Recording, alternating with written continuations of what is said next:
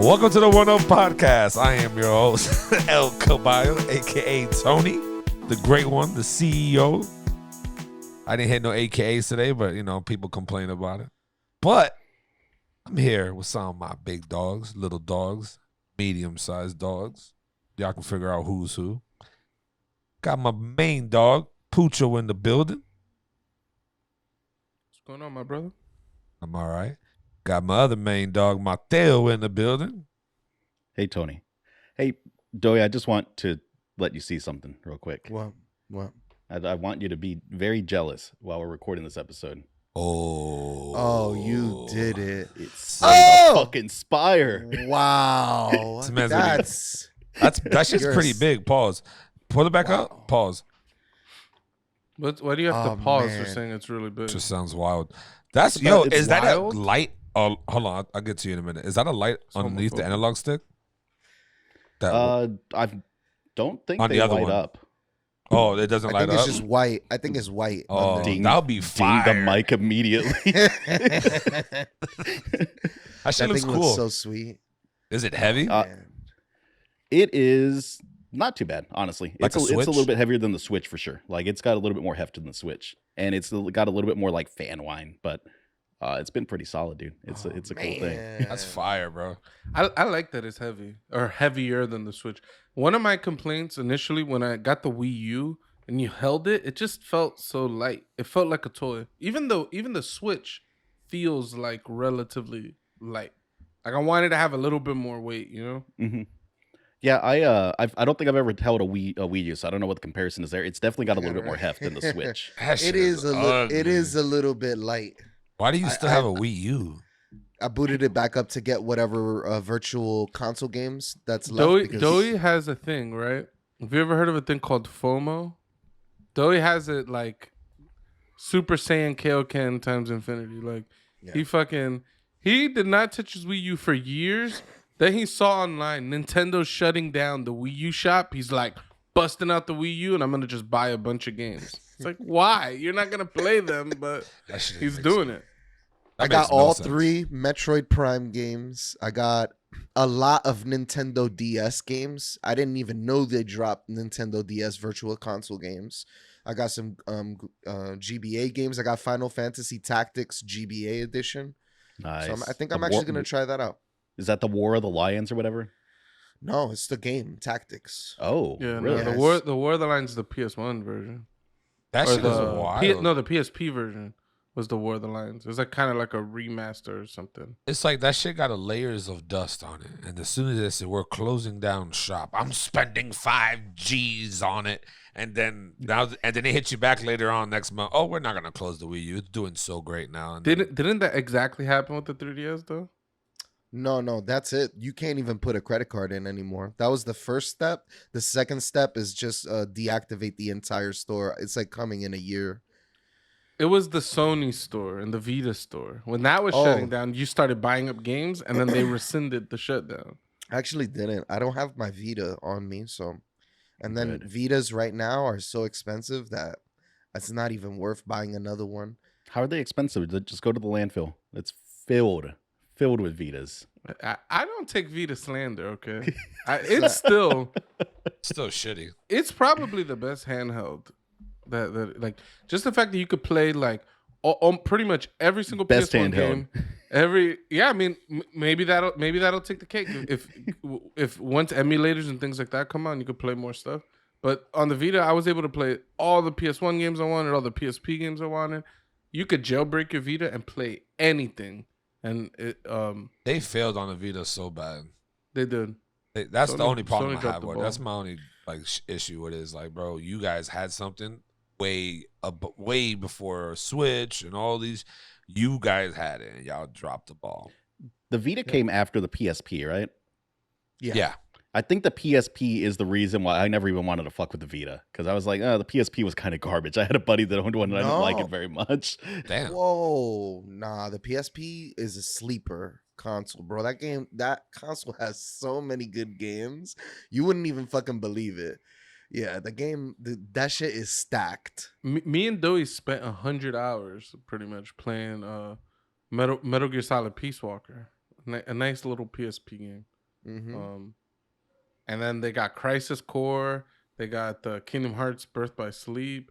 And again, the PSP, you just had access to like a bunch of PS1 games and things like that were just, for me, you know, what I like. I could play Final Fantasy 7 on my PSP, Chrono Trigger on my PSP. It's like, and then the homie, okay, Felix, he jailbreak my PSP, and I just put like infinity games on it.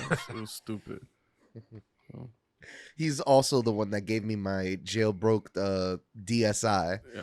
And I was able to play all the games on DS, and it was pretty cool. Yeah. Shout out to Felix, bro. Felix been telling me to jailbreak the Vita. He said he got it and it's fire. So maybe I'll do that. Yeah, you don't even need to use their bullshit proprietary cards too. You just have to get the casing. You stick the smaller micro SD in there. You're good to go. That's awesome. And last but not least, my main guy, Doughboy, building. What's going on, guys? We are going to be sponsored by Prego Italian sauces soon. I guarantee it. We're going to come out with our own line of Prego. Damn. It's weird that they're going to choose a bunch of the Latinx guys to represent an Italian pasta sauce, but you know, I'm with it. Prego with adobo. Yeah. Like some adobo shit in there or some shit. That should be fire. Shit might actually sell out quick. Mm-hmm. How's everybody week? What do y'all think about those Oreos that they mixed with the Ritz crackers? Ugh. I saw Twitter going crazy about those. I can't imagine they taste good. Oreos with the Ritz crackers. It's Ew. half Oreo, half Ritz cracker. That shit is disgusting. It's Fuck, a I want thing. salty shit with my nice, delicious Oh, Oreo. yeah, no, I can't do this. No, Yeah, thank you, sir. I would try it, but I don't think I'm down. They're selling it on StockX for $550. Holy What shit. the fuck is wrong with people? Edition of 1000, not fit for human consumption. What? You know what? If people really wanted some weird off-the-wall flavors, go to those Japanese or like other foreign country snack places. Like there's one in Orlando, there's one in West Palm, bro, and there's one in Miami. I think they have crazy ass Oreos, bro, crazy ass chips, like a filet mignon chip. It tastes like actual filet mignon. That shit is fire. Those have That sounds started to good. open up around here, like bodegas with exotic snacks. They call them exotic snacks up here. I saw and it's just YouTube. be a whole bunch of stuff from different places and all around the world. I saw a YouTube video of a guy who sends out like boxes to people, like they pay for like a subscription. They got like these random Fantas that I've never seen in my life from like Australia or fucking Fanta? You mean a Fanta. Fanta? No, it's a Fanta. Fanta. The Fanta. They do say Don't you Fanta want in that the Fanta, song. Fanta, don't you? They do say Fanta in the song. I don't know what this They man do, they hating do. I'll on. grant Listen you to the that. commercials. Oh, the original. I think they're just commercials. trying to rhyme with Wanta. Yeah, probably. But either way, they got some. But yeah, in Japan, they're obsessed with Kit Kats. Oh, No yeah. idea why. Kit Yeah, Kats they are alright. But they love this shit. No, Kit Kats are S tier candy. Sorry. Damn. I don't to think they're interrupt you. S tier. Absolutely. Give you a B, maybe. You know what's yeah, a S tier? yeah, B. S tier What's is S tier? going to the bodega and getting the Little Debbie's brownie with the little nuts in it. Yo, that shit is S tier. That is not That S shit was pretty tier, good. nigga. That's You're fucking. It doesn't get better than that fudge brownie. Yeah, it does. No, it doesn't. Those fucking No, no. Toblerones, those are S Oh, get tiers. the fuck Those out. are S tiers. Those little triangle shaped fucking bars, those are S tiers. Shits are like Swiss- $9. They get stuck in your teeth and don't even taste like stuck in your. You got some gaps, my boy, bro. This shit here is S tier candy bar. Swiss milk chocolate candy bar. Can't even get no better than Swiss. And you want to throw another S tier? Those Swiss rolls, them shits are S tiers. Facts. fucking Swiss rolls. They suck. Nope, they're It's S like eating tiers. air. It's like eating air. No, No, that's three flavor. musketeers. I said No, you're Swiss no. rolls. Fuck, you're tripping. All right. Swiss If you say like a rolls. zebra cake, all right. I could get Zebra jiggy with cake? that. That's a fucking C minus at best. Oh, you are No, tripping. You don't zebra know zebra shit. cake. shit. Zebra Bugging. cake is A at the minimum. I'd rather That's have the lowest. I'd rather have a honey bun from Texas. Those Texas honey buns ones, not the regular honey buns, the Texas ones. Big That's boys. S tier. That's S tier. Honey buns are up there. Yeah, honey buns are up there. Yeah, but honey buns, you're stepping out of the candy territory and you're going into like pastry, a snack that's like half a meal almost. Because like, cheese Danish. Cheese Danish is up there, yo. It's so good. I used to hate them, but I grabbed one the other day and I was like, damn, this is not that bad. But it's not an S tier. That's probably lemon heads. A minus. S tier candy, bro. Ew. Fucking lemon heads. They're so I like fire. lemon heads, yeah. No, they're not. They're A. Tony, you grew up in Florida. Y'all don't even know anything about snacks. Bro, are you serious? Don't know shit about Florida snacks. is the king of snacks. Just because y'all from New York, you had like snacks? these whack-ass little 25-cent snaps and paps or whatever the fuck, little bubble gum with Snaps and shit on it. Paps. Fuck out of here. Florida is You the know king of those- snacks, bro.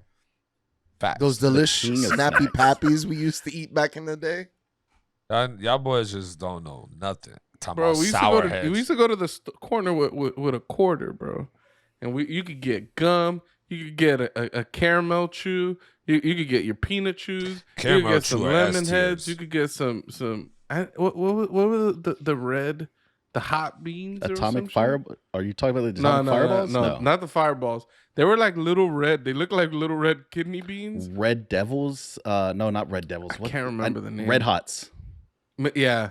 I don't They think came it's in like the Firehouse. same thing as the lemon head box. Yes, but it's it the was same red one. candy, but just red and spicy. Yeah. I would even say Warheads are probably S tier. Ugh. I I like warheads. I fucks with warheads. You tripping? You know what's crazy? Remember the Jawbreakers? The most ridiculous thing to get, but they'll last forever. That might be S tier. Jawbreakers are my favorite candy. Like, I want a candy that I could just pop and just rock out for like 30 minutes and just like get the flavor slowly, you know? You're talking like a normal sized jawbreaker though, right? Not like the big we like talking about cue them ball big sized old ones. Fucking yeah, that's what I'm talking about. I Those like ones the mini ones too, but I found those disgusting because there was no way to eat those things in one sitting. So you just have, I don't know, my sisters like them. So just be a bag with like this half melted like big ass like nah, they jawbreaker in fucked it, up. like in a Ziploc bag on the counter or something. It was gross. They Gross fucked as up. hell. You got to crack that bitch and take pieces. That shit lasts longer than the miniature ones. You'll be there all day, fucking like all day. Yeah, but then when you go to the fucking bodega to buy a jawbreaker, you gotta go somewhere to crack it. Crack it right there at the trying to pop bodega. this candy and go to the park. Like, what are you talking Oh about? no, yeah. If you're on the move, don't buy the big one. Buy the You know regular. what? You know what sucked? Crybabies. You Ugh. remember them fucking things? They were like so sour. As a kid, I couldn't even put it in my mouth because it was so like overpowering. Like shit is ridiculous. that shit made me used to cry. The crybabies, and then it was like a little bubble gum at the end. I hated it. But Are you the one of warheads those? were fire. Would you say that those red sausages that they buy at the corner stores are S tier?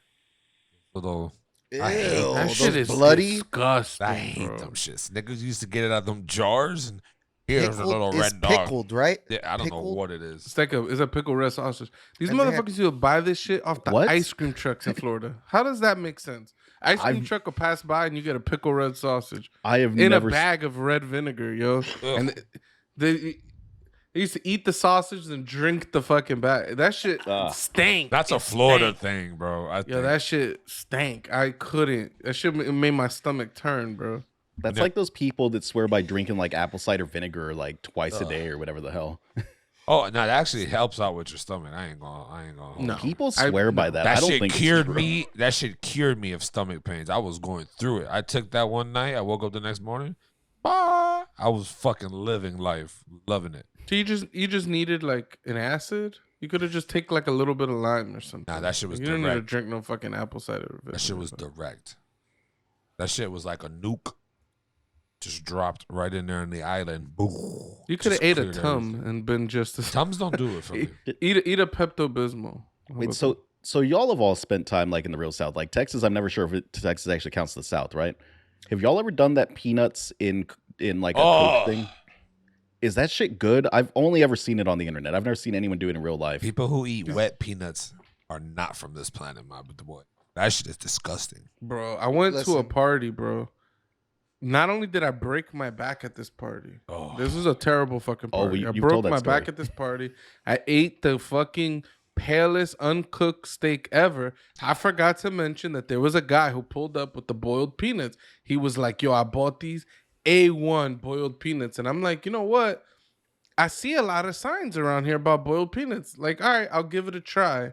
And he gave me the peanut still like in the cacara, like in the fucking the husk or whatever. I don't know what you saying. The shell.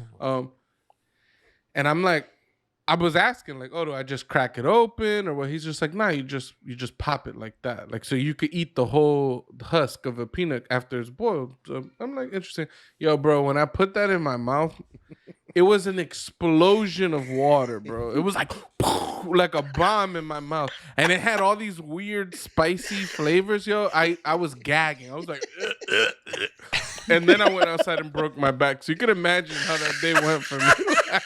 That shit started off bad with the boiled peanuts. That was that energy. That shit was bad. Oh shit. That shit is disgusting. Boiled So peanuts. no, I'm not about the boiled peanuts. All right, Mateo. That's So just boiled peanuts are not S tier. hell no. Shit That's is F fucking tier. tier. F plus tier. Trash in a negative way, not fucking positive. But I put those people who eat boiled peanuts in the same level as people who eat salt and vinegar chips. Fucking disgusting. Nah, you tripping. I'll you're fuck fucking with some bugging. salt and vinegar You're chips. fucking Y'all want bugging. steak breath all day. Go eat that shit and stay the fuck Yo, away from me. After this atrocious hot take, if you haven't remembered to hit that sub, hit that like, do it right now, just for Tony's sake, and save this man from his salt and vinegar hate. Yeah, right. Um, Just about Salt as and flaming vinegar hot is Cheetos. the potato chip. It is the What? best chip. You're bugging. I would argue kettle cooked jalapeno chips are like my top tier chip, but Ooh. salt and vinegar is good as hell too, though. I mean, My- jalapenos are like in a similar family. It's gonna be. I mean, I personally, I'm a pickled jalapeno man, so that's why to me sometimes I do the jalapeno, sometimes I do the banana pepper, sometimes the acidic comes from my salt and vinegar chips. You know what I'm saying? Mhm. But you tripping, Tony? I'm That's not. just the best. You eat a sandwich with salt and vinegar chips. The shit just Bro, complements. It It completes. doesn't compliment nothing but bad breath. Motherfucker wants to eat Jesus barbecue chips. The I kid was Not gonna say even. barbecue. Tony's a Honey barbecue sweet chip, barbecue man. Yeah, Tony chips, looks- nigga. you Get see? that mesquite barbecue chips, nigga. Guacala mesquite. Yeah, Get that outta smoky baby. I need that.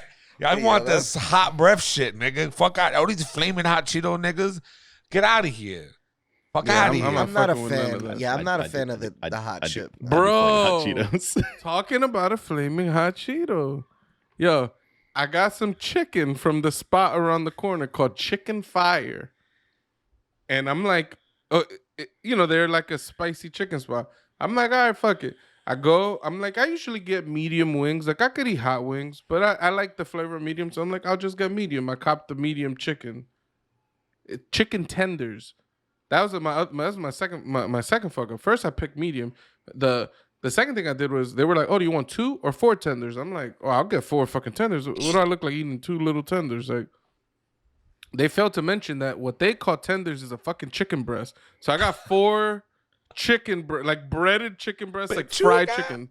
Beautiful. It took me like 2 days and a half to eat this shit. Somebody in the back was like, "Damn, he's a chicken killer." He's going for it. Chicken killer. That's fucking crazy.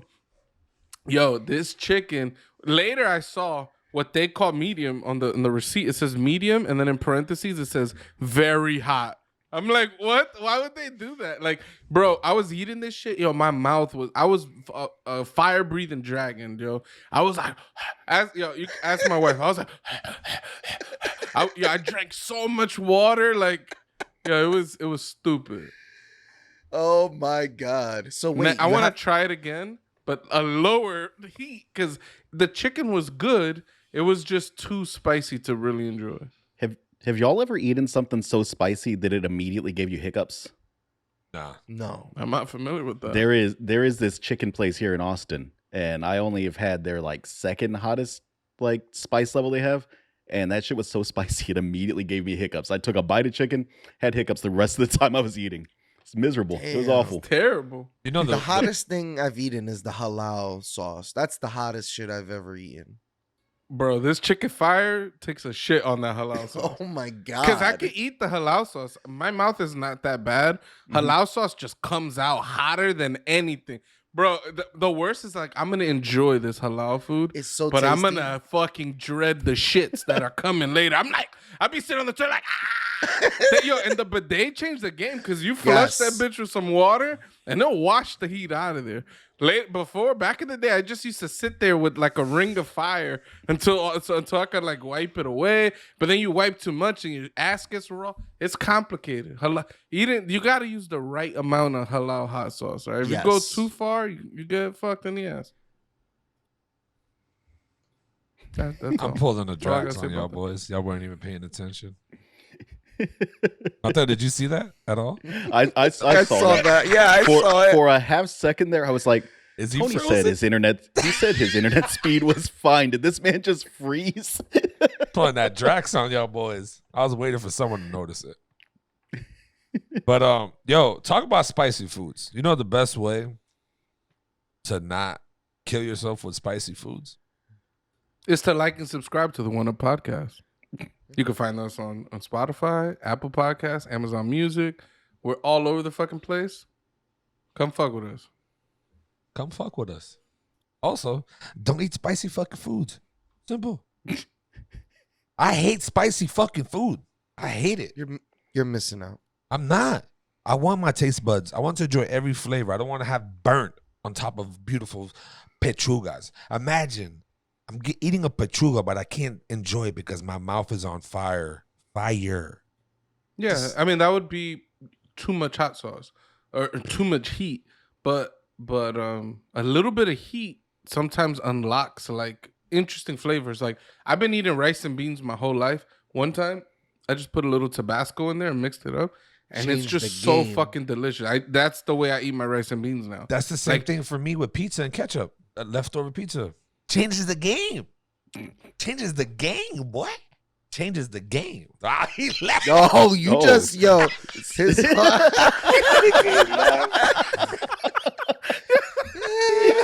That's crazy. Just straight up left. And fucking ketchup. Come on. You crazy?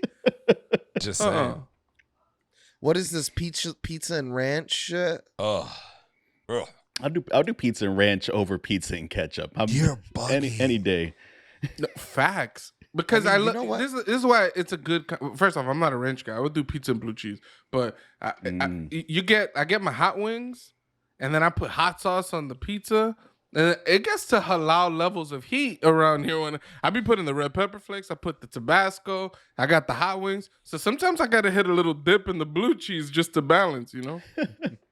That's crazy. That's And then that's you a got lot. Tony's down with the crunch, people. What's the crunch? What's that? The ketchup ranch, man. Ew, I hate ranch. Like I don't like blue cheese. Nigga, I give you all my blue cheese. I don't even like I them know. I salad love dressing getting shits. wings with Tony. Getting wings with Tony's the That best. nigga You always gets get all. extra He gets double of everything. You can take it double all. blue cheese every time. I don't even think about it. But yeah, blue cheese, please, and just boop. Thank you, Chase. Thanks, Chase. Hey, Chase, doing a good job, Chase. I hope Chase sees these little fucking clips, man, and videos, and just like, damn, shout out to that guy shooting me out. You know what I mean? But let's get into this first topic real quick, yo boys. Pretty hot one coming in. But talking about the police, man. Should police let me do this right.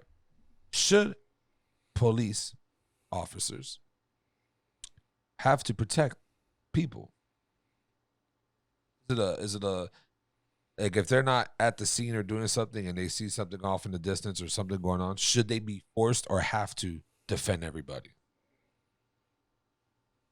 What do you guys think? Yes, no, mind your business. I think it's weird that I'm guessing through some legality, they don't have to protect and serve us. But then why write it on your car? Like why do you have that on your car then? Valid That point. shit's false advertisement. Facts. 100%. Yeah, Yeah. I first learned about this when there was a guy in New York City. This was maybe like 2013 or something. He went on like a stabbing spree, like a 20-hour stabbing. He stabbed a bunch of people. He ended up on the subway, and they had posted cops on the subways just to try to catch this guy. Oh, this was just like a few years ago, a year and a half ago. Was this a year and a half? Yeah, ago? this was in Yeah, New it's York. like It felt year like ago, longer yeah. ago. But he ended up like banging on the conductor's door where the cops were. They saw the guy had a weapon in his hand, and they were asking him, like, what's his name? Like, are you the guy that we're looking for, pretty much? And he was like, I'm the FBI or some crazy shit like that. And they were like, oh, whatever. And then he turned to some guy that was sitting in there. He's like, I'm going to kill you. And he started stabbing a man. And the cops were there just watching this guy fight for his fucking life. And the guy, after getting stabbed a bunch of times, he managed to like wrestle the knife out of the guy and like pin him down. And then once that was the situation, the cops came in and arrested him. Didn't even offer the guy who got stabbed up like adequate like medical attention. They were just like oh, like some guy gave him a napkin or some shit like that, like some random dude on the subway. And then I think that went to some type of like decision or court something. thing or some shit like that. And a judge was like, oh no, there's already precedent. Like cops are not obligated to like defend people. That's wild. Under like any circumstances, they have no obligation. Like, yeah, that's it doesn't make any sense. It absolutely doesn't make any sense. Like that's the fairy tale we tell our kids, right? Is that like if you're in trouble, go to the cops. The cops will help you. The cops, that's the job of a police officer. And it's disappointing to know that that's not actually reality. Did y'all call the cops as kids? Were y'all ever told to call the cops as kids? My family was very much like, we don't call the police. Not to call the cops. Yeah, don't call the cops. Handle that shit. Yeah. Yeah, if you call the cops, policia. if you call the cops, we're going to jail. That was always the impression that I was given. Yeah, like they're gonna come and they're gonna find some shit, and then we're gonna be fucked. Yep. Nah, yeah. Don't call the cops at all. That was the whole thing. But like I said, it is kind of terrible. Like it's like our tax dollars, all that goes to police and all that. And God forbid you call the police, you'll get shot. You're the one calling for help and you get shot, or they don't want to help, or they look at you like that's your boss. Honestly, I don't think in Florida, at least, I've never seen a cop seen something going down and not poke his nose in it. It's more like cops over here are just too nosy. Like they'll look at you, and if you give them any type of like off-putting feeling, they're gonna come on, walk by over there and see what's going on. And then that's how most of the problems start. You know, people are like, man, fuck you bothering me for a racist ass cop, da da da. And then that's when it just goes 0 to 100. But yeah, for them just to ignore someone getting stabbed, nah, ain't no Florida cop doing that. They down to fucking come up in there and just shut shit down. Facts. Ain't nobody gonna get stabbed in front of at least from what I saw, right? I can't say every cop. Maybe some cops turn the other eye because they're like, fuck those groups of assholes over there. But no, I think like, I don't know. The idea that you could say like a certain state of cops are gonna behave significantly different than others is a little. I mean, I guess it's possible, but I don't know. I think it ultimately is human to me, like, because I'm kind of torn on this. Like, I get that they're hired to do a thing. But like, it's kind of like if some shit is going down, we're basically saying like, all right, well, you volunteered to throw your life away, so go for it. You know what I'm saying? And it's like, like I don't know. Like if a guy got a fucking machine gun and he's just like tearing it, like shooting off at people, like, I don't know. It just seems kind of fucked to be like, yeah, you should absolutely run into the danger. Don't firefighters do that though? Yes, but no, but they don't face gunmen. no, they run into people. danger. They run into yeah, but I mean, like, I think it's a little bit more manageable, right? Like, but my counter to your point, because I don't think it's a bad point, right? Like human nature is obviously like you hear gunshots, you're not fucking you like who just naturally is running towards gunshots. You're like Rambo or something, right? Like that. It's fictional people to do that. That little kid from Child's Play. But we give yeah, he heard gunshots. He's like Chucky. He ran to the gun immediately. No survival instincts. But we give our cops like full on like military spending levels of like equipment and gear and armored personnel carriers and shit like that.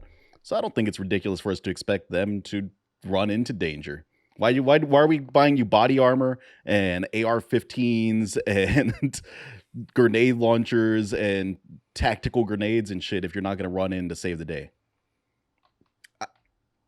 I kind of have to agree with that. Like New York gets $11 billion, more than countries on this earth, just New York, and it don't seem like they are putting that money towards the right things. Sometimes it seems like it's an old infrastructure that doesn't really want to change. I know there is something going on in New York. My uncle has friends in the force, and the it's called the broken glass theory. So basically, they're gonna allow this broken glass to be broken for until the entire city calls for them to fix the broken glass. So they're kind of just gonna let things get as bad as it can, so that the people are begging for them back. Stuff like that, which is why you see crimes being reported more and stuff like that. Like crime is up, but then you also have the news media just hyper focusing on every single criminal activity, anything that happens in the city, and a lot of shit happens in the city. But you got subway's definitely more dangerous than they've been in a long time. So I it's hard to think that you're giving somebody $11 billion and maybe they were never here for us at all. Maybe they were just here to keep law and order, and that's it.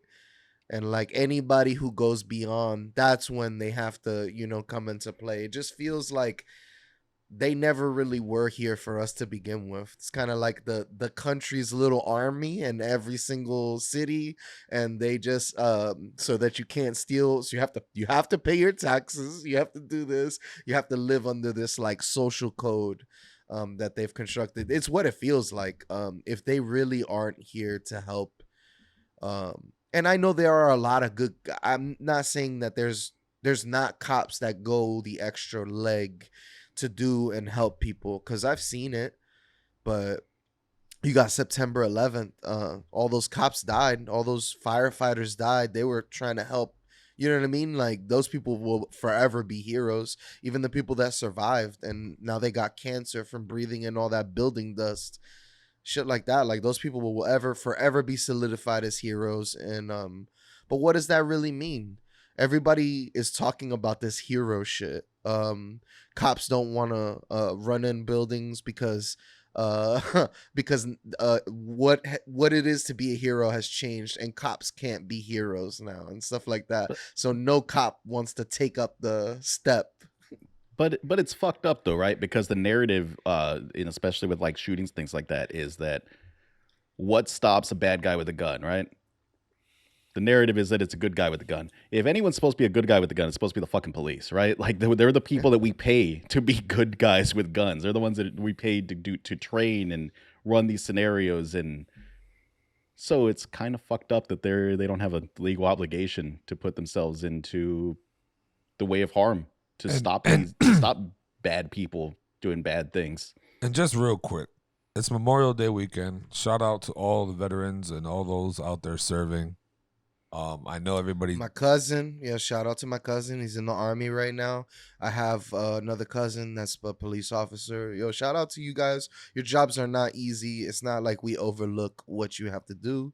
We're just having the conversation. And a lot of people take Memorial Day as barbecue day, chill out on Monday or whatever. But people who served and stuff and out there, they come back from these wars and they're just as fucked up, and then the system doesn't help them enough. You know what I mean? Like they get pretty much, all right, you guys do what you do. Hey, damn, yo, Pucho wasn't.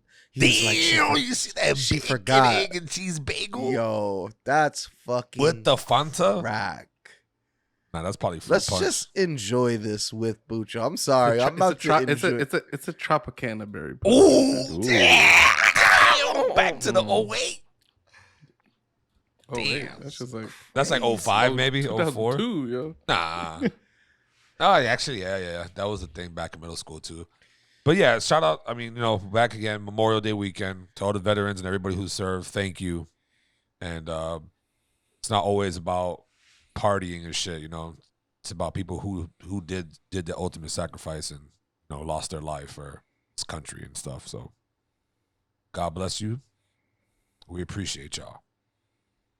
But yeah, I do think cops need to fucking be more helpful than fucking. I know right now times is not good for cops. If you're a cop, it's really hard for you out there. Yo, let the man be.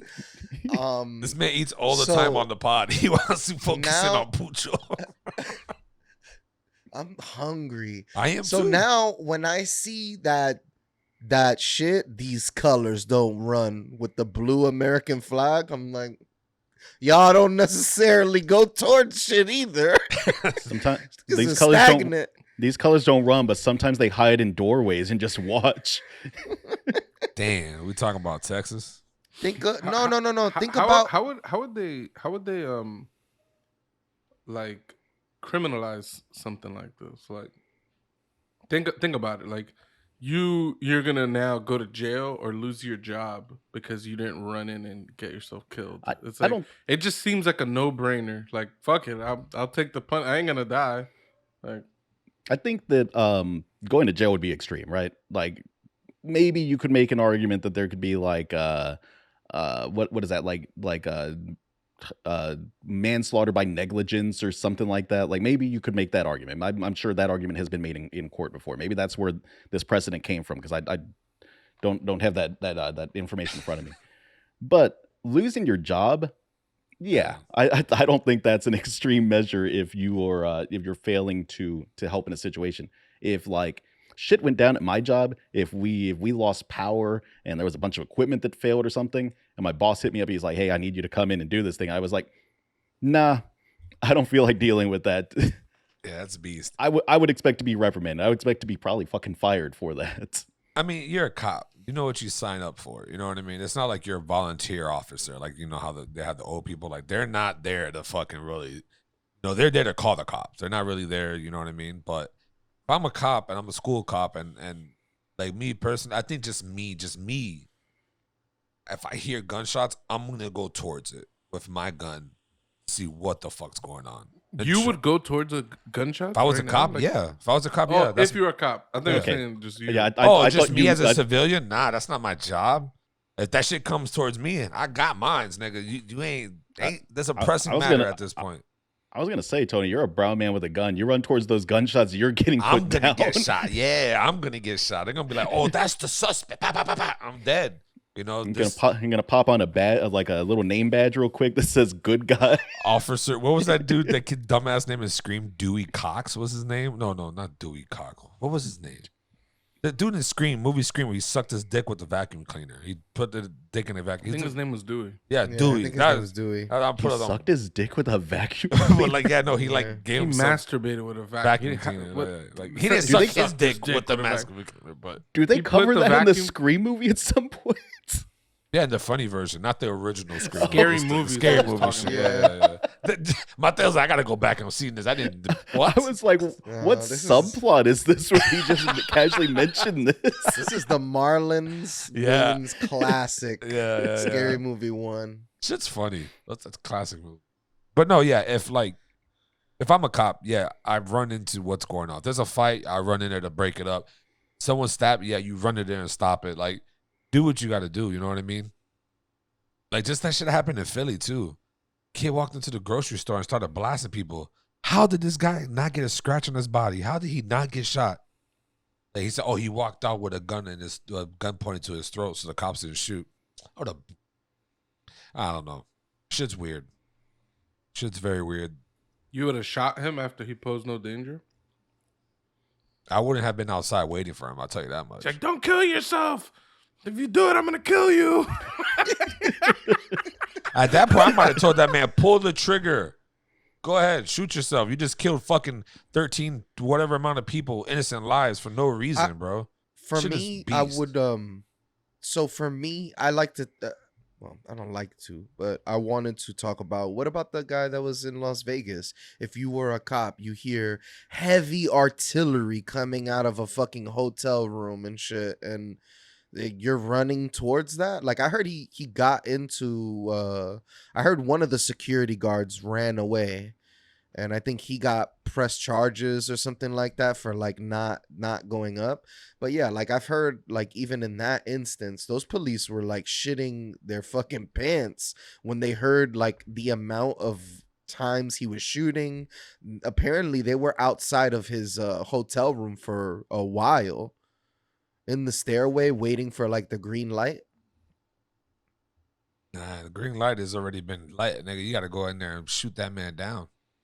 Save lives. That's just my thinking. You know, I'm not a cop, so shit might be different. But if I sign up for something knowing that my likelihood of dying has increased by like 50%, I mean, you know. How would you feel about an assault weapon ban? First, we got to define what an assault weapon is. Yeah. Yeah, I was gonna say, I know that's all the discourse that I've heard online. Is like assault weapon is not really a real term or category or anything, right? Like assault weapon is just used to refer to like scary guns Or doing assaulting on people, like that's No, an assault weapon, guns, right? like long guns. Yeah, and that's stuff the like that. stupidest fucking thing that the right wingers say. An assault weapon is a weapon used to assault people. It's like, oh, shut the man hates right wingers.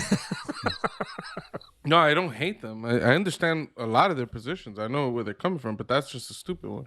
Yeah. It's a stupid thing that I hear them say.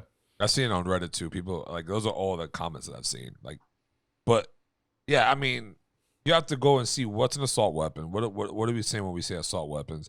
And do I think banning ARs? Nah, I wouldn't. I'm not pro against banning any weapons. So I did read a study this week. NPR put out this article where they were talking about there's not a lot of firearms research. There's especially not a lot of firearms research in like mass shootings because of NRA lobbyists exist and they shout down a lot of this, right? But there's been some amount. And the two big things that they found that seem to help reduce mass shootings is first off is actual state bans on buying large capacity magazines apparently do actually help reduce mass shootings. I know a lot of people get very angry about that, but apparently that is a thing that actually they've done studies that show that does help reduce mass shootings. The other thing is actually having like a more in-depth like licensing for getting a firearm, like actually having licensing required, having like a background check, meetings with officers, or whatever that accounts to. They have shown that those do reduce mass shootings in states with the limited amount of data that they have available, right? So okay. I don't think either of those are super controversial, even coming from like people that I know people that are super gun fanatics. To me personally, I don't think either of those are controversial, but I know some people have issues about magazine bans. This is kind of my take on this whole situation. I could empathize with cops that don't want to die, like, because I don't want to die, and I'm not gonna fucking die for my job. I'm sorry. So like, I wouldn't expect anybody to die for their job. But I feel like if we have these tools in society that are preventing cops from doing their job effectively, I feel like we need to remove those things. Like, we need to figure out like what what do we need to do to let cops do their jobs more effectively? So if people are running around with AR-15s and the existence of these rifles is what scares cops into not engaging with people, then I don't want that guy to have that gun. And the fact of the matter is, most of the people that do these killings and things like that, they buy their guns illegally. So like if people like to say like, oh, if you banned it or blah, blah, blah, like they'll just get it illegally. But it's like, it doesn't seem to be the case. I mean, they prefer to just buy it, go through the normal procedures. Like I'll tell you right now, I don't know where to get a gun illegally right now. Like, so like, I don't think most people do. So like the idea that like, if say hypothetically speaking, I'm not saying like a ban on all guns, but if you ban like a particular subset of guns, like I could totally see it like curbing suicides, crime, like regular just domestic, people shooting family and friends, and then of course like mass shooters and things like that. And it just kind of seems like a no-brainer. Like people like to say the only thing that stops a bad guy with a gun is a good guy with a gun. But also, if that guy doesn't have a gun, then you don't need anybody with a gun to stop him. All these other countries like Australia and places in Europe and stuff that have more stricter gun control, and they have less guns in circulations. They have less gun killings. They have less mass shootings and things of that nature. So it seems to correlate. Yeah, I mean, it is it's sad when people just anytime just flip a switch and just go out and just start killing random people, like, and then it does shine a light on guns and how like, oh, it's the guns that are killing people. I'm like, yeah, it was one of the tools that they use, but it depends who you're selling the gun to. Like, I do agree, like there should be an extensive, like an interview maybe, or a background check or something, like, because you could spot like a psychiatrist. You should see a psychiatrist or something like that to get a gun. Like, you have to go through there and they'll test you to see, like, yeah, maybe that would help out too. But I think like banning guns and all that might be effective, but I don't think it's like necessarily like I think it's unfeasible, honestly. I think like a straight up gun ban is pretty unfeasible in this country. There's already 3 million ARs in circulation at this point. Something like some crazy amount of like that, or like, yeah, it's an insane amount of guns. I think there's more guns in America than there are humans. That sounds like some American ass shit right there. Yeah, we have more guns than we do a population. I'm actually starting to build my AR this year. I'll be one of those AR owners. No, I watched the Jordan Klepper thing last night. He did this thing. I want to say it was like last year or the year before or something like that, where he was talking about the whole good guy with a gun myth, basically, right? And he got his concealed carry in Florida, because apparently in Florida you don't even have to live in the fucking state to get your concealed carry. You can just mail in like an application and then you're good to carry a weapon in like 30 states or something like that. It's nuts. The way that the concealed carry works in Florida. Yeah, that's what he said in the program. I don't know if it's changed since it was aired, but that's what he said in the program, is you can just mail in a straight up like concealed carry application, and then you have to take like a NRA certified course. It's like an 8-hour course, and then boom, done. The way he's worded is, he's like, boom, now I'm a good guy with a gun, and he was holding the gun wrong the entire time he was doing it. It was ridiculous. And then he went and he did a bunch of like trainings, like where these trainings that they do for like actual active shooter situations. And I think in one of them, he shot this civilian with their little, like their paintball training guns they were using. Shot a civilian that was running out. He got shot by the cops that were coming in, and it's part of this training. Like the takeaway is, it's very stressful. The idea that you're going to be able to run into an active shooter situation and actually solve it as an untrained or a minimally trained like civilian, it's probably not going to happen. It's pretty unlikely. Same reason why I don't buy the whole like the people as a militia, they'll rise and defeat the fucking U.S. military. Like I don't believe it. It's just, yeah, right. They're fucking gonna drone strike you before you're fucking anywhere near. I don't know. I mean, I'm not saying I agree. They're just gonna flip on that AI switch on the drones. They're gonna be like, fine, 40% of the military isn't with us. Whatever. Turn on that Google powered drone AI killing software. I just don't think they'll drop drones at like at spots like this, because the amount of casualties you'll just have, like even the people who are just not part of it, you're gonna have a lot of fucking civilian casualties. I mean, I was watching a Versus, and Zach Fox put in the comments like, yo, this crowd is whack as fuck. Somebody needs to drone strike this. Jesus. But nah, yeah, that shit is I don't know. I don't think banning all guns is not a solution. That causes actually more problems. But I think a deeper like What getting more your problems do you license. think it would cause? They'll Like, just- you they'll- think banning guns would cause what? More bad things to happen? Like no, more people are civil. gonna It'll be start like a getting civil shot? unrest. People would. It'll be like might be a war within the civil war. Just might. Look at it this way. Let me pose something to you. If you could Thanos snap your finger, and you could either put a gun in every person's hand or take away every single gun in existence, which one do you think is gonna have less people die?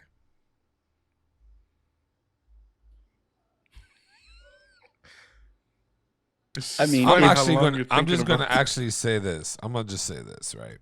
Because I thought of both scenarios. instantly. I just want to know, what do you think to his question? If sounds I like could you're about to Thanos not clip answer it it. like that, like snap it like that, I would get rid of all guns. If I could. What I want to though is the different problem. Like, no, I don't think I would want to do that. But Yeah, I mean, I mean, it's a flawed hypothetical though, right? Because like yeah, we can't get rid of all the guns. Like it's just not gonna happen. You make them illegal, you're still grandfathered in, right? So like you would still legally be able to own the gun. You just wouldn't be able to buy new guns. We would stop manufacturing guns or whatever, right? There's still a gun problem. There's still more guns than there are people in the country. It's still it's a flawed thing. I mean, obviously, yeah, no guns exist. We're not going to see mass shootings unless people get real good with bow and arrows or something, I guess. you'll see mad stabbings. No, because people. I guess they- I'm saying, like, to Tony's like hypothetical, like all right, let's say there was some type of gun ban and there wasn't a civil war, like as you're saying. Do you think we'd be better off or worse off? Is really I don't know. I think it might be better, but at the same time, you can't. When you do, all right. So when you're saying gun, like the ban of guns, are you saying the people who already purchased it pre-ban need to give their guns up, or they can keep their guns?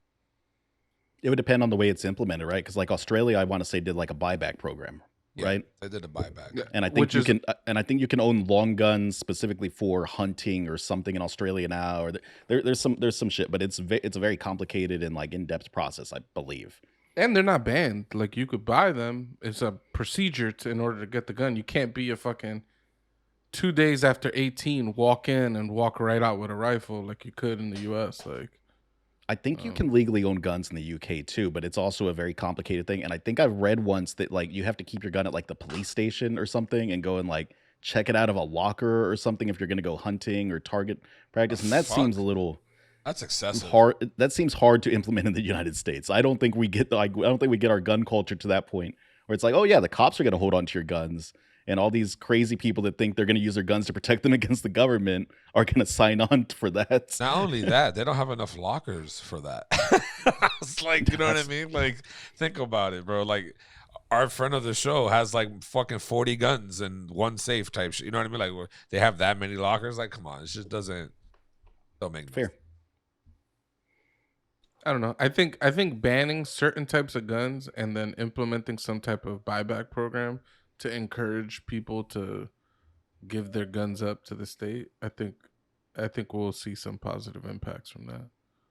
I agree. Facts. And then you I couple could see. that with like better background checks and then some type of like mental evaluation thing, which gets iffy because then people are gonna be like, then what if everybody comes out mentally unfit? Then no one could buy a gun, or what if they say Tony's mentally unfit and they want to take his guns away? Like, of course, Tony wouldn't think he's mentally unfit, so like it gets a little hairy. But I don't know. It seems like right now we are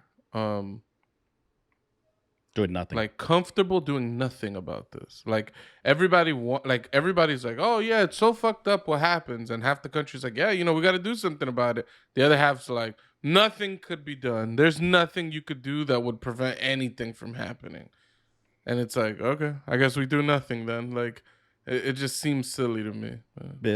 Before we move on, we haven't mentioned it specifically, but obviously the part of this topic was inspired by the tragedy here in Texas. I'm going to have some links below for some assistance programs and things like that for the victims.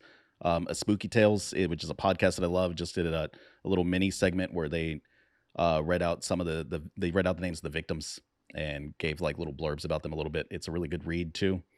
They also have some links in their Spotify description for that episode. I appreciate that, Mateo.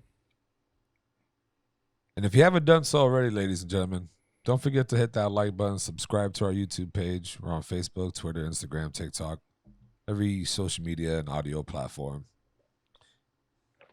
But on to the next topic, a little bit of a little darker, maybe a little more not on the uppity side, but it's a good topic to heal and hear how people heal.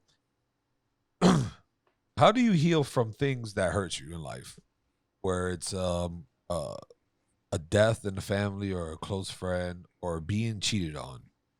You bury it, never talk about it again. If anybody tries to bring it up, you slap them. Damn, that's funny. How Get super irrational about it.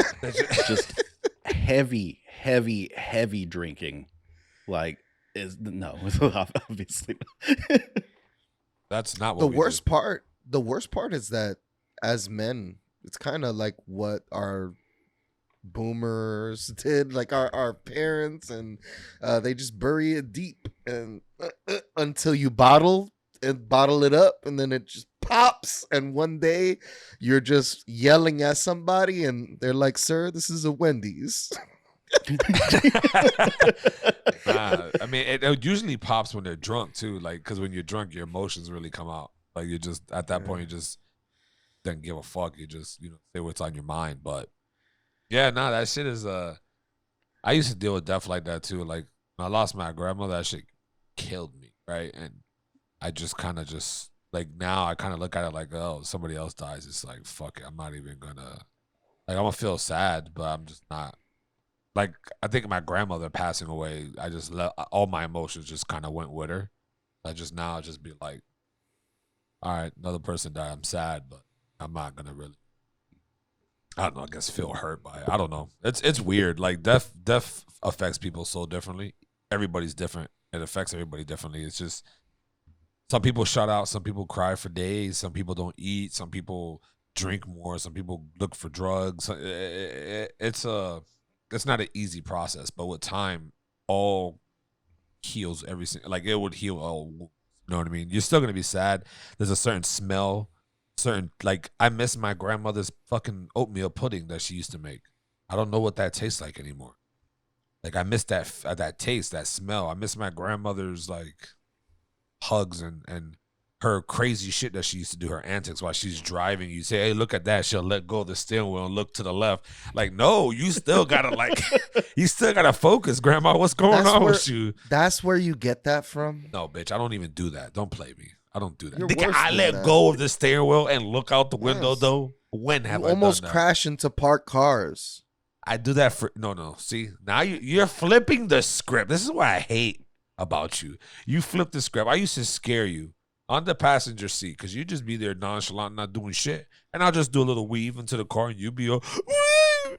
Don't do that.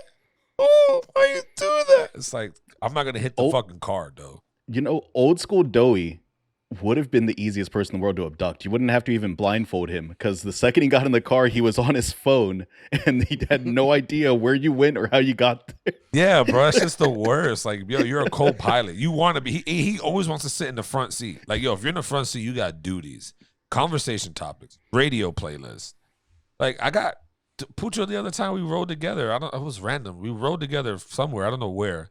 He was like, bro, you got to be a better co-pilot. Like, you got to have the beverages, the chips, the radio play, this. You got to get music going, conversation talk. You can't just be falling asleep. I was like, damn. Basically a flight attendant. Yeah, I'm pretty a much. needy driver. I'll agree with you there.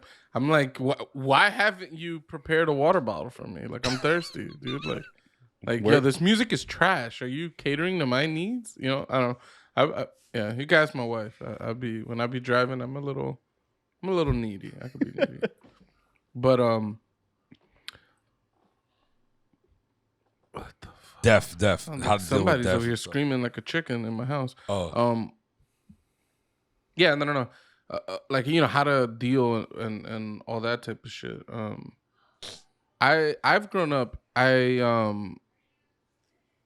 I feel like I'm still in that mode where I just don't share as much and I kind of keep things to myself, and I just deal with it within me, which isn't really the best thing.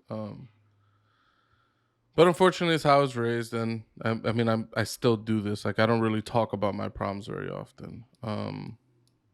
But I found that, like, I don't know, for me, the best way to deal with this stuff is just like having like a close knit circle of people that you could like share your thoughts with and kind of, just have conversation about things with. Um, and then another thing to like what Tony was saying about like I agree. I've in life I've dealt with so much death that at this point I kind of feel numb to it. Like when people die in my mind, it's just another person that passed, and not like I don't care about the person. It's just it doesn't hit as hard as like First time. Right. So I don't know. It's kind of shitty, I guess, but it just doesn't like my grandmother passed away like a couple years ago, and like I was sad about it, of course, but it didn't hit me like when my when a grandmother died like 15 years before that. You know what I mean? So it's like, Yeah, it's still all the same sadness, and yeah, let's not get it twisted. You still feel all of it. You're just not expressing any of it. Just like a fucking wall. They just, damn, another one. Yeah, I don't think you have to like cry and stuff like that. I think everybody has their way of processing and grieving. There's a time, and if you do cry, that's good, and if you don't cry, there's nothing wrong with that. If you're not allowing yourself to grieve though, that's a problem. Um if you're not grieving properly, and you could get stuck just in a loop. If you're too hard on yourself, like what could I have done? what's Um what's proper grieving? I Not don't even attacking know. everybody around you. There's some people who grieve that just want to lash out on everybody for any little thing. They just want to snap. I don't think that's healthy at all. Like people, like I know people who cancel people on social media. Like I had a friend that like somebody passed away, or whatever, and everybody that he had a slight grievance with, he just delete. It's like, what are you doing? Like, why are Yeah, you lashing out at people? unfortunately, it's a bad side effect of like traumatic experiences and stuff like that. Um I shut off. It was weird for like 4 years. I mean, I was still around, and I would still talk to my friends, but I wasn't. The elevator didn't go all the way to the top for a few years from me. Like the marbles were a little bit looser, and I just wasn't behaving the right way. And I think maybe it wasn't because maybe I wasn't grieving properly. Maybe but I think it comes with experiencing traumatic things and having post-traumatic stress disorder, stuff like that. Sometimes these deaths, depending on how they go, I know that when my grandfather passed, it was very hard to see him slowly pass away, but it definitely did not stay with me as long as my brother's death, which was very sudden and not, it was just really sudden Unexpected. and unexpected. Yeah. So I know that there's two different types of deaths that I've experienced, and then the unexpected ones and the people that are, that haven't been able to live their life and stuff like that. That shit really sticks with you. It was rough. I grieving naturally. I don't like, maybe I said that, and maybe there is no natural way or a good way to grieve. But I do think that if you are still in the bargaining phase and it's been several years, I think that you are still in the bargaining phase where you would say, I would give this up and I'd give that up. And what could I have done that day? And what were they doing? And how come this person, and you're still stuck in a grieving process, and you haven't really gone through, you haven't let go of this aspect of grieving. And I think that could be very unhealthy. I think that could be, it could just not, it festers. It's just not a good thing to do.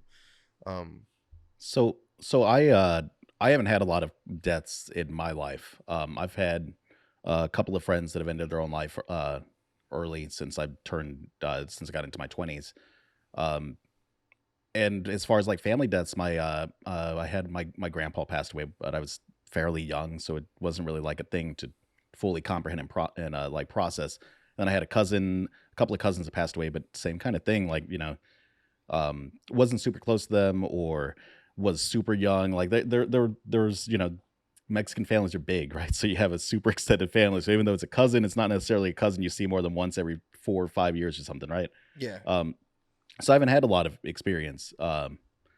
So just in that aspect, I don't have a lot to input on this. What do y'all wish y'all had done differently though, in any of your grieving processes? If you feel like any of them were done wrong or could have been done better, what do you wish you had changed? Seek more therapy and psychiatry, and not write it off as not it is for me the answer. It's what helped me out the most. It even helped when I had an unexpected infidelity in my relationship. If I did not seek the therapy and the help that I needed, I probably would be going through more. You know what I mean?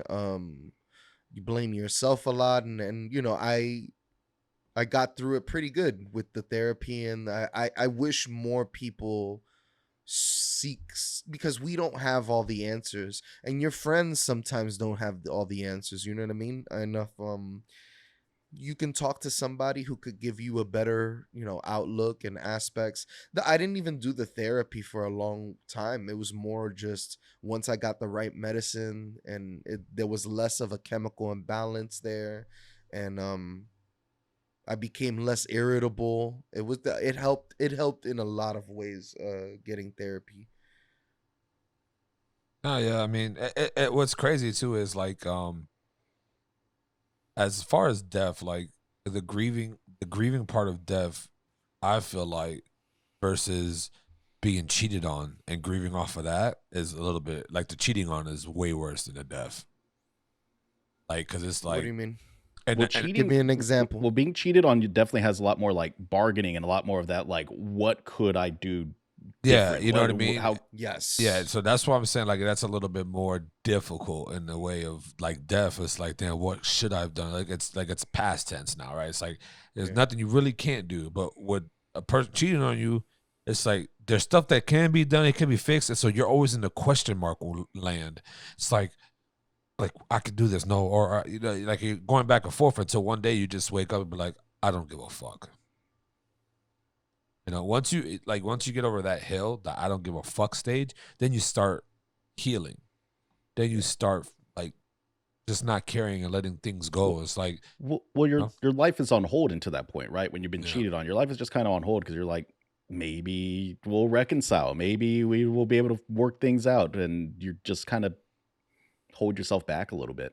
yeah. Yeah. And when you really don't, you just need to just be like, if they want to be in your life, if they love you or if they're special enough to be in your life and they want to, they'll be there. You know what I mean? If they don't, then they'll leave, and that's not your loss. That's a lesson. You know what I mean? Yeah. It's all about lessons. Like people, like me and my boy Everett. Shout outs to Everett. We always used to be like, "Yo, you catching the L growing up," and it's like, and we always say L as a loss. Like, damn, you caught that loss, but it's like, nah. Like growing up as like fully understanding, it's like, nah, it's a lesson, bro. Yeah, It's no. all it is. Failures are necessary to get to success. You got to get through some It's failures. a fact. Like you gotta have fall a couple times to know how to pick yourself back up, or fail a couple times to know like what's the right path. It's just life, you know what I mean? You gotta go through these shits. Sometimes if you're lucky enough, you don't gotta go through it. But I think like going forward though, it does taint your relationships. Like, you know what I mean? Like if Oh yeah. your first relationship, your first true love, your first whatever, that they fuck you over, whoever fucks you over, that taints the next one. And it's not the next person's fault, but it taints it. Because Yeah, you're not and it gonna sucks because that's right there. you don't want to treat the next person like shit because the last person that you were with kind of fucked up. You kind of gotta be responsible in that way and be like, yo, I gotta give this person the benefit of the doubt and stuff like that. It's just when it happens so much and you have so many failed relationships, it starts to wear on you and you start to just be like, you know, what is this shit that we're doing? Like, what is this really? um so it gave me, although I do feel like I am not in the, you know, dating scene where I just not dating people, not doing anything like that. And that's the way I've kind of wanted it. I have focused a lot because I was one of those people that, I know this sounds like cheesy, but I didn't love myself. I didn't appreciate who I was. I didn't appreciate what I brought to the table. I didn't look at myself in the mirror and say like, yo, you're a fucking rock star. And now I do. Now I love myself. I'm completely content with who I am and what I am and what I'm bringing to the table and how I help the situation. I'm completely open to working on myself. I took a lot of this time by myself and said, why are the unlikable parts about me the way they are? Why am I like this? Why am I so irritable all the time? I'm like, what's up with that, Doey? I started like having these internal dialogues with myself and wanting to change those parts of myself, because I'm like, you know, if I'm questioning it, surely the people I hang around with and the people I'm fucking are, you know, seeing this shit too. I think it's very healthy to always look at yourself and, you know, see how, you know, hey, if I was wrong in this situation, how could I not do this in the next relationship? Because sometimes you just have to take a you know, a failure and say, you know, even though this relationship didn't work out, that doesn't mean that the next relationship won't. And I think you got to stay hopeful as well, and not it's very easy to get in this spiral for me where I'm just like, I'm a piece of shit. I'm never gonna nobody's ever gonna love me. I'm never gonna be in a relationship again. It's so easy. I just spiral out of control and I'm like, no. It's terrible. It's definitely wild because it's like I would look at shit, right, and I'll be like it, like getting in a predicament and not knowing how to deal with or whatever, it's gonna taint it a little bit. Like in your next relationship, you're not gonna give that 100% love like you did in your first love. You know what I mean? Like you won't, your heart on your sleeve, that won't be there. Like you won't do that, and you try not to do it, but like certain things you'll just give less shit about in the next relationship. You know, you won't care as much because it's just like whatever. Like, do you? You know what I mean? But it is something that when, like, before you jump in another relationship, you have to make sure that you won't be the dick because of what you went through. Don't bring your past relationship into your new one. That's something you shouldn't do. That's not fair to the person you're trying to be with, or you know what I mean, that you gotta move on from that. Until you move on from that, I wouldn't suggest anyone to get in a relationship because you're just bringing trash from another house. Don't bring trash from another house in your new house. That's not what we're doing. It's called like mental baggage and baggage. How much baggage are you coming into this old relationship? How much are you bringing into the next relationship? And you don't want to have too much baggage. The worst too is, right, once you finally moved on, once you're 100% moved on, that person comes trickling back. Always. It's Because like, they see it. They see that you don't need them anymore. And a lot of people have this ego and pride. I'm not saying everyone, but I've noticed that there's a specific type of person, and it always happens, man. Once you're in the clear, you're not even thinking about them anymore. They'll come back and they'll be like, hey, what's up? And it's like, dude, the clouds start coming and you're like, oh no. And you don't even have to answer their shit, but your whole world starts to close in and shit like that. So, but I would say is, if they weren't looking for you before, then, you know, just leave it alone. It's okay not to speak to people anymore. yeah. That's perfectly fine. You guys had your time. Yo, we should fuck with Pucho, act like we all been fighting, and to see his reaction. You know, Yo, Tony, suck my fucking dick. No, fuck bitch. you, bro. This is why I hate doing I this don't fucking fuck pod with you because you're a piece of shit. That's it. He's not buying it. He's not buying it. No. It's Mateo. Mateo gave it up, bro. Mateo just sitting there. And Mateo had his face like, help me, Pucho. It was Doey's tone. I thought Doey was gonna be way more subtle, and he immediately Yeah, he went to 100. Like that shit. Pucho put his headphones in like these. I don't know where you guys are in this conversation, but Mateo, when I walked away, because my daughter's sick, she's being very fussy. Yeah. But Mateo asked something to the effect of like, what did you wish you would have done differently during the grieving process? And for me personally, I wish I would have been there, not just, it would have helped me a lot, but I feel like I wish I would have been there for the other people that were also affected by the things that I was grieving about. Like when Doey's brother passed away, I wished I was more present with that.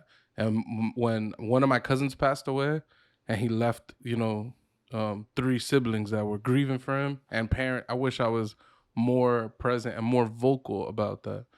Cause it would have helped me deal with some shit, and I think it would have helped, other people feel like they have people there to help them deal with their shit. Yeah.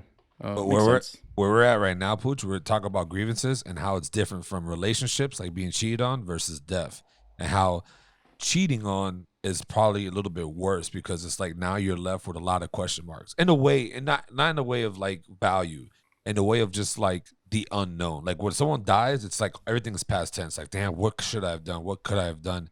Versus where it's like, what can I do? You know what I mean? Because it's like now there's like you're just lost. You're in a fucking, you're like an island. I mean, I was saying like some of the things that you go through when you get cheated on is like some of the things you go through when somebody passes away.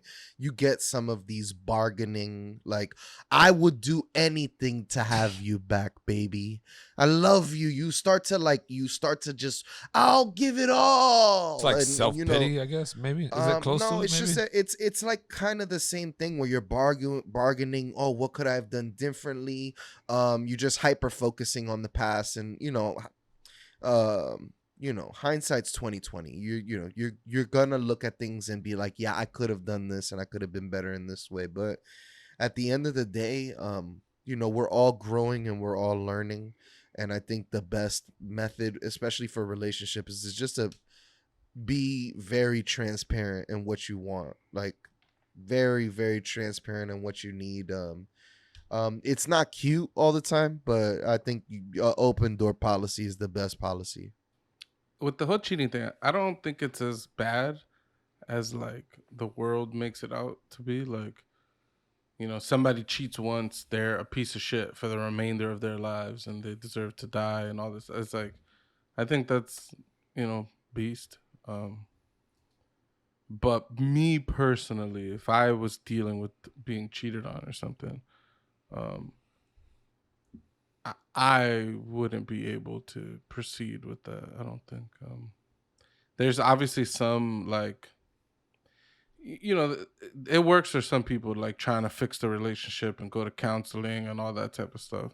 I don't know. I'm too in my own head as a person to, I think, for something like that to truly work for me. I don't think I could ever trust that individual after they like screwed me over, Yeah, absolutely. And maybe that's bad from a grieving perspective. Like maybe I'll never be over it in a healthy manner. You know what I mean?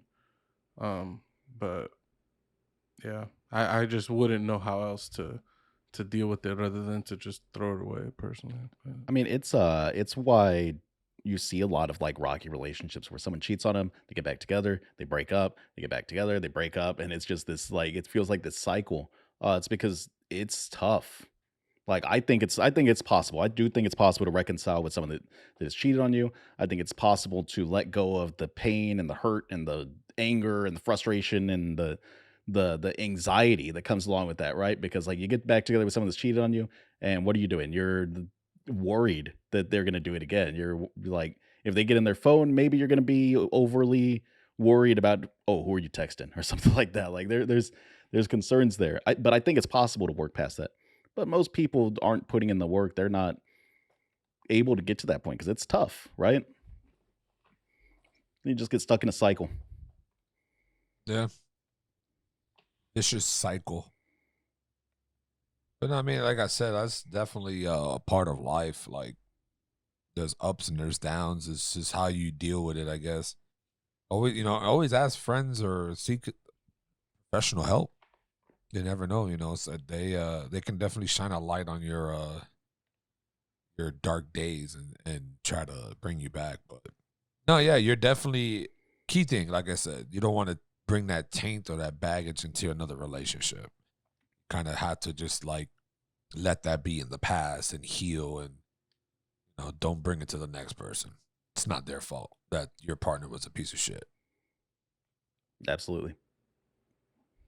Yeah, I mean, I would add as a word of advice, I would say to be more present for your friends and families that are going through these situations. I think it'll be annoying now, like, if you keep trying to talk about it with your friends and stuff like that. I think they'll be like annoyed that you're trying to do this, but I think later down the line they're gonna remember, like, yo, this person was trying to be there for me, and maybe it helped, maybe it didn't, but I don't know. I think it would count for something, I think. But, yeah, most definitely. I would agree with that. It just shows like, damn, someone does love me. Someone does care. Like it shows a caring need that some people, even though they don't think they need it right then and there because they're just trying to grieve, but sitting back looking at it like, damn, nah, he in some way, somehow that kind of helped. I would agree for sure. But it all sucks. And if you haven't done so already, people, please feel free to hit the like button, subscribe to our page. We're on YouTube, Facebook, Twitter, all social media accounts, all audio platforms. We still don't push P out here. We gave up on that. But yeah, man. We got another nice banging topic to end this off. It's a little lighter version, little happy haps. A little bit of back and forth with the fans. I kind of like these topics. But to what extent should creators care about audience feedback? Should we give a damn? Should we don't? Should we take it in, try to adjust? What do you guys think? Maybe. It depends on the feedback, right? If you're putting out videos and no one's watching them, maybe you need to rethink your content a little bit. We do that. We put out some videos sometimes that are just not really doing some of the numbers that our other videos are doing.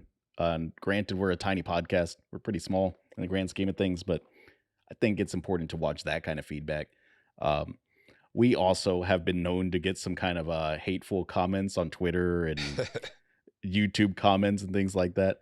They usually abuse us. Sometimes they're a little racist, and that's a little less amusing. But those comments you can probably ignore. I think it depends, right? Like, is it useful feedback, or is it just some nonsense bullshit racist stuff? Yeah, you're gonna get it. You're gonna get all types of shit. Like, once you're in social media, it's pretty much like, oh, like you're at those people's like attacks. You know what I mean? Like, you don't want it, you don't care for it, but you're at their attacks. So you got to take it with a grain of salt half the times. Like that one dude we had, fucking just straight up shitting on us on Twitter or whatever. Our friend of the pod got his ass out of here, booted, deleted. Like, that shit was hilarious and awesome to see. You know what I mean? It's like, so just as much as you want to make a negative comment, for every action, there's a reaction, there's a consequence for your decision. So, but for the question, I think there is a limit to what we should care about when it comes to feedback. I think because at the end of the day, your fans, they're your audience. So you want to kind of cater to them to keep them coming back. Or you just keep doing you, and whatever you did brought them here. You just keep being you, it'll keep them to stay. You know what I mean? So it's just like there's a balancing act. But yeah, if somebody says, oh, I don't like any of Doughboy's fucking hats, I don't think he should wear any of them. That's something I wouldn't. I'm like, who the fuck cares? It's an example though. No one said it. This man's already hurt by it. Stupid hats. His stupid little hats. I hope if someone said that, Doey would double down. He's gonna wear hats on hats. Double hats. You remember that old children's book of the guy who just kept putting hats on top of his hats? What? You don't remember? No. It's a children's book. I don't know what Come type on. of I book don't you remember. reading. Kind of. I childhood think that you guys feedback have. could be important. But I feel like 9 times out of 10, people don't even know what they like or what they want. And I've seen it often that fans have maybe too much influence over like a game or something of that nature, and the developer will take into consideration the feedback more, than other developers, and it results in people hating the game even more. And it's like, all I did was listen to what you guys wanted, and now you guys are telling me you don't want it.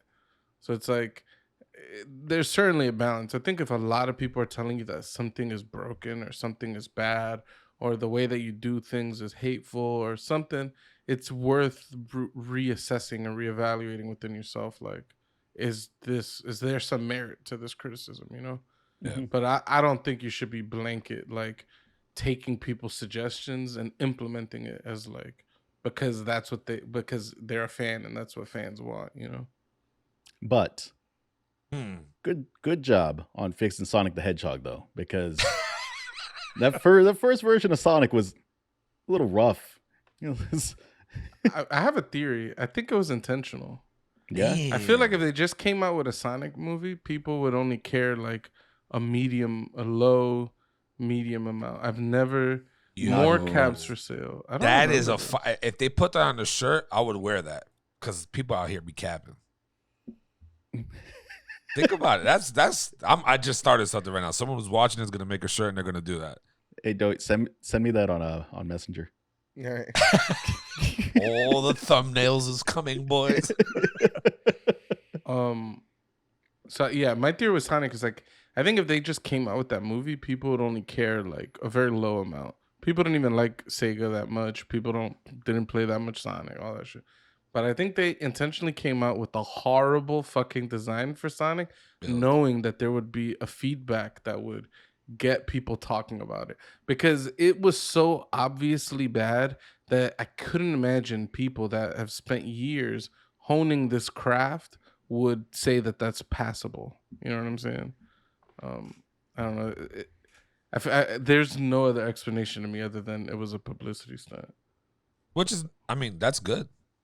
That, you know what I mean? That's if that's what their true intentions were, they nailed it. They got the views, they got the audience to go and watch the movie. I watched the movie. I like Sonic. I didn't play it a lot as a kid, but I did play it. I enjoyed it.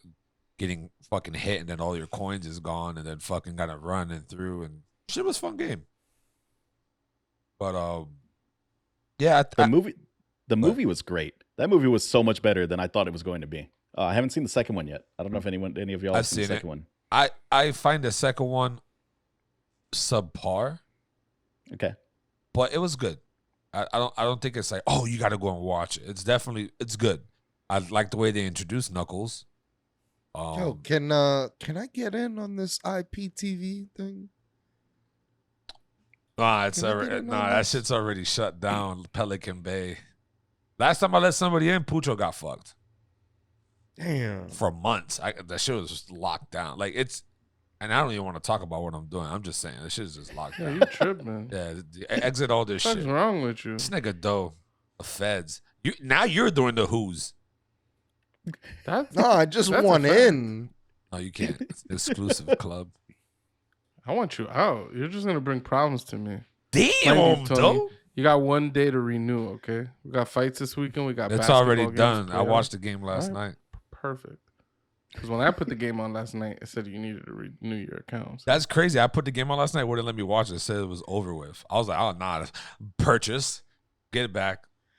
I was too busy moving, so yeah. But yeah, nah. It's an exclusive world. Feel me? So I watch Funhouse. Funhouse is one of they're one of the main like YouTube like groups that I watch, right?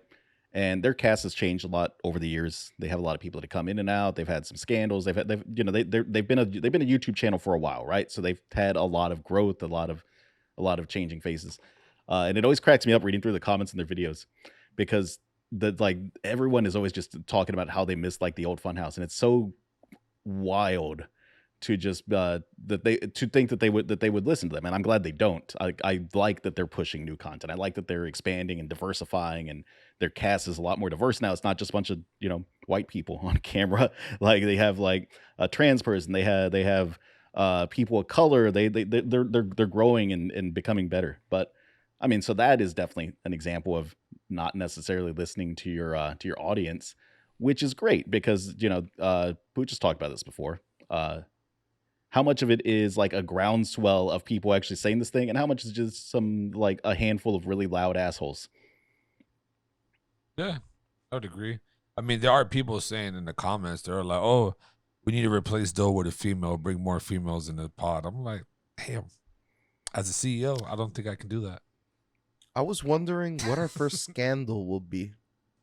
It's definitely going to be your nudes being leaked. Right? Yeah. It's going to be some sexual... Doey self-sucking pictures comes out. He's released them on his own Twitter, though. It's not like it's a big... Someone's going to accuse you of having questionable pornography.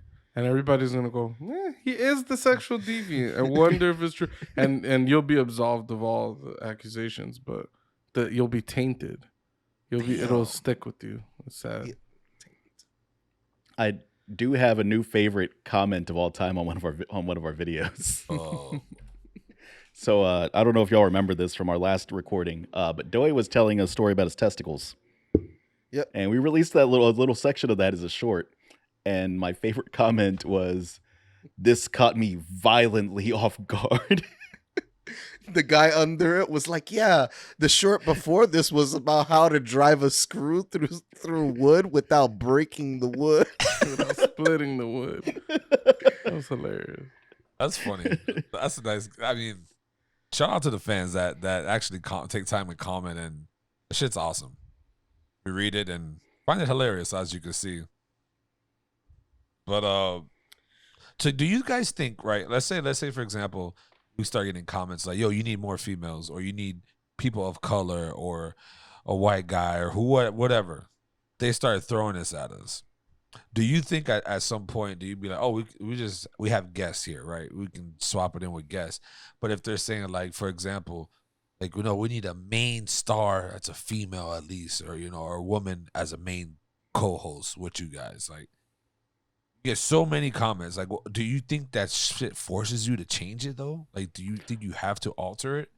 If hypothetically, if we were to take off, if we were to actually become like able to put more time of our lives into this thing because we're actually, getting monetary compensation for the time that we put into this thing, it would be cool to have a bigger staff. It would be cool to have like a rotating cast of people that we could bring in on podcast videos or something, right? Like, I think that'd be rad. I do think that there are some topics that we have that we want to talk about, but we're not comfortable talking about them because it's like, who wants to hear a bunch of dudes talk about this particular women's health topic? For or something? sure, yeah. Like it's I think that it would be cool to have some extra chemistry. I think it'd be cool to mix things up a little bit with some new people. But we're a little 4-person team. We spend a lot more time every week already, as much time as we can push into this thing. We get to the point that we can have like an editing staff, and we'd have other content we're putting out and things like that. Yeah, absolutely. Like, it'd be cool to bring in some more perspectives and point of views. I think it's important to keep that in mind. I also think so as well. I think it's important for you to Donut Media, my favorite, it's just a bunch of white people, and finally they're starting to integrate like more people of color, and I like it. I was like, thank God. It's I think diversity for the sake of diversity is not necessarily a bad thing, but I think that a lot of people get like offended about that, or like people are like, oh, they're just trying to be woke, so they brought on, I don't know, whatever, right? Obviously, anyone that's gonna end up joining our cast eventually, if we get to that point, they're gonna have to vibe with us. Like, we've got a style here. We've got our methods. But it'd be cool. It'd be cool to bring in some more voices. Yeah, I think We need to get a white here. woman to balance, the cast around here. A white woman. Bring a little bit of mayo dip to us. But Wonder nah, Breads. fuck that. If somebody's over here criticizing us, talking about you need a woman on your thing, and it's us the way that we're functioning right now, fuck all that noise. Like we're just gonna bring another person on for the sake of, I don't know. It don't make sense to me. But also throw this. I get like off. what Mateo's saying is that if we're growing, that yeah, it'd be nice to have more perspectives and more lived experiences and things like that represented, you know. Yeah. I should say instead of more, different. Mhm. But yeah, I don't know. Yeah, and also the diversity for the sake of diversity thing. I was just having this conversation with a person like yesterday or the day before yesterday. I also don't see what's wrong with that. Like if somebody goes out of their way to be like, all right, I want to hire a black person for this role. I guess I don't see what's wrong with that, aside from the fact that like if like say there was some problem with this in society and only white people were getting hired because they just wanted white people, right? I would say that that's the opposite of diversity, right? They're going or like if you only hire black people, right? That'd be the opposite of diversity. But I'm saying like if you wanted to fill this role with some type of perspective that's different than what you have in your workplace or whatever, I don't see what's wrong with saying, okay, I'm aiming for this outlook on life or like something like that, you know? I don't see what the problem is. I think people just like to find negatives in those positive shits. Like, you know, oh, I want a black, I want a Hispanic, I want a white, and I want a woman on the pod. Okay, why? You trying to not look racist? No, bro. That's just what I'm aiming for.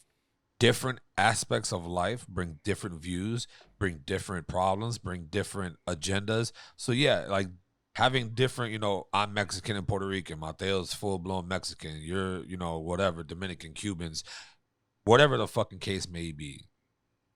You bring all these different things, like certain topics you can relate, and certain topics you'll catch what they are accustomed to. Like, you know what I mean? Like, it's just, that shit really helps out on a pod, I think. But, you know, people do great with just one whole set of uniform people. I mean, we've had some fun guest appearances on here. It is obviously nice to have that extra bit of energy. Like it changes our dynamic a little bit in a cool way, right? Yeah, for sure. 100%. Speaking of which, Sure. let us know if you're a fellow creator and you'd like to be on our podcast sometime, because we're not trying to necessarily squeeze people in, but it'd be cool to have some options, some people that we can communicate with and see if we can make something work. Yeah, please feel free. We We're out here. love guesting on other podcasts too. Booch's done it a number of times. The rest of us have only done it once, but you know, Feel free. Send us invites, comments, whatever. Do it. We're out here. Feasible fee, you know, of $29.99 per hour. No, I'm just joking. Trying to buy us all cameras, damn it. We're trying to level Toss up. us a buck. Toss us a buck on our Patreon, okay? We don't have a Patreon. We don't have one of those. We'll send you some We should videos make a of Doe and pictures. I want that little calendar. Doe, you should do a calendar of yourself. Like each a little month. OnlyFans. Yeah. He sends like a little gooch shot. Or little, he could show like all the bumps and hairs like on his inner thigh.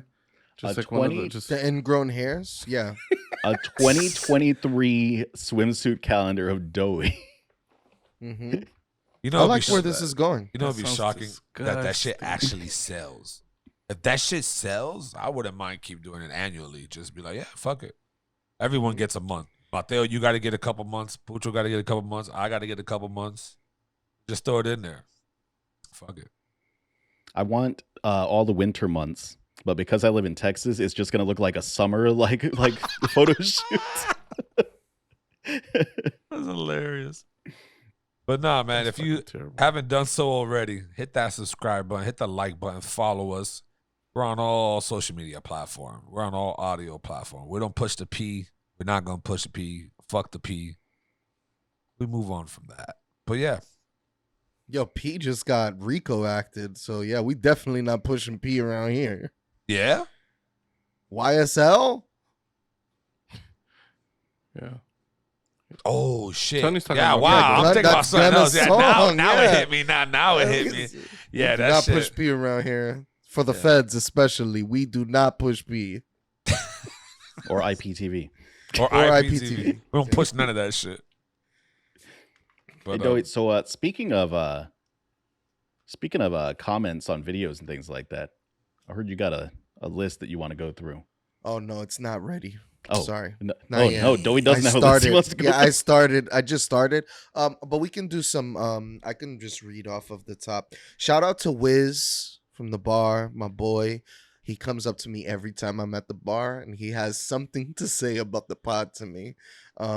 Shout out to Julia. Shout out to everybody at the bar that takes a listen to us. I know Anta was just commenting about me stuffing my testicles in a woman. She says, let me comment that it's not me because they're gonna think it's me. I would have never thought that. She's funny. She's just funny like that. So yeah, we got Baron Trek, we got Jess Diane, the whore connoisseur, J Flip Hendricks. Shout out to that guy. He's a very special guy. Broshi, Lena, shout out to you. Simpin, Nena, shout out to you. Elevated NYC, DJ King. We got O Beats, Ike, Isaac, shout out to you, Isaac. Tyler, shout out to you, even though you are kind of weird. I'm borderline racist. Yeah. C. Smith, we love you, Crystal. You're the best. Honestly, you're a rock star. She's playing Fallout New Vegas again, and I just can't stop liking. Dude, her Nerdgasm episode that she just put up is amazing. It's so good. It's so good that I want to steal ideas from it, but I feel like I should talk to Crystal first before we do anything that's even approaching what she just put out. Yeah, there's always good stuff with her. Nita, shout out to Nita. Shout out to Aaron and Matt. They started their own podcast recently. Shout out to them. Let's take a look on our Twitter. We got some Twittage. Rafael Marcelino. I don't know who that is, but he definitely is liking our stuff. Lords of the Swine podcast, the Daily Grind Lords podcast. of the Swine? Shout That's out a to you. fire ass name. Yeah, I don't know why I like that name. I don't know why I like it though. That's the Ham Fam. Oh, that Ham is it. Fam. Oh, Yep, that's Ham Fam. Yep. Okay. It sounds like a play on Lord of the Flies where they worship the pig head. Yeah. They swap the flies for the swine, but maybe I'm just completely tripping. Pillowfort M4C 4T 4K79. Shout out to you. Our boy Fox. Yo, Fox, shout out to Fox as well. Fox always commenting and liking. And I'm gonna keep it there. It's a lot of shout outs. We need to shout out whoever the guy who dropped. Y'all don't even know about Nas's new classics. Old classics. His old Yo, we're still getting comments on the Nas video. I like this comment that called us all 40-year-old virgins. Yeah. Who said that? Some random YouTube comment. This can't be true. I got a kid. I'm definitely a virgin. Damn. I'm like Joseph out here. I got a kid. I've not been in none type of pussy. Okay, not a one. But like I said, guys, we appreciate the comments. Shout out to everybody that Doughboy shouted out. You know, all the loves we get from you guys. Even to those out there who screenshot the video and send it to the group chat like it's fucking a funny game. Shout out to y'all too. Remember, I keep telling y'all, hit the like button. I don't give a fuck what you do with the videos. You want to have the gif of Doe humping his old bed or his new bed and put mad glizzies around him while he's doing it? Go ahead, do it. I don't care. Hit the like button. Share us. Follow us, more importantly. Get us up there. That's what we want. And like always, you guys. So they create porn of me? I was just giving examples of what they could do. It's I've erotic created fan porn. art. Yeah. It's I'm fan art. actually into this. I've created dope porn. I can't I've take put this. a couple of cocks near Doe's face. Awesome. You know, Big, fat, throbbing, that's beast. glistening cocks. Glistening Right, just- glizzies. Just going right into Dory's face. As always, people, go one up yourself.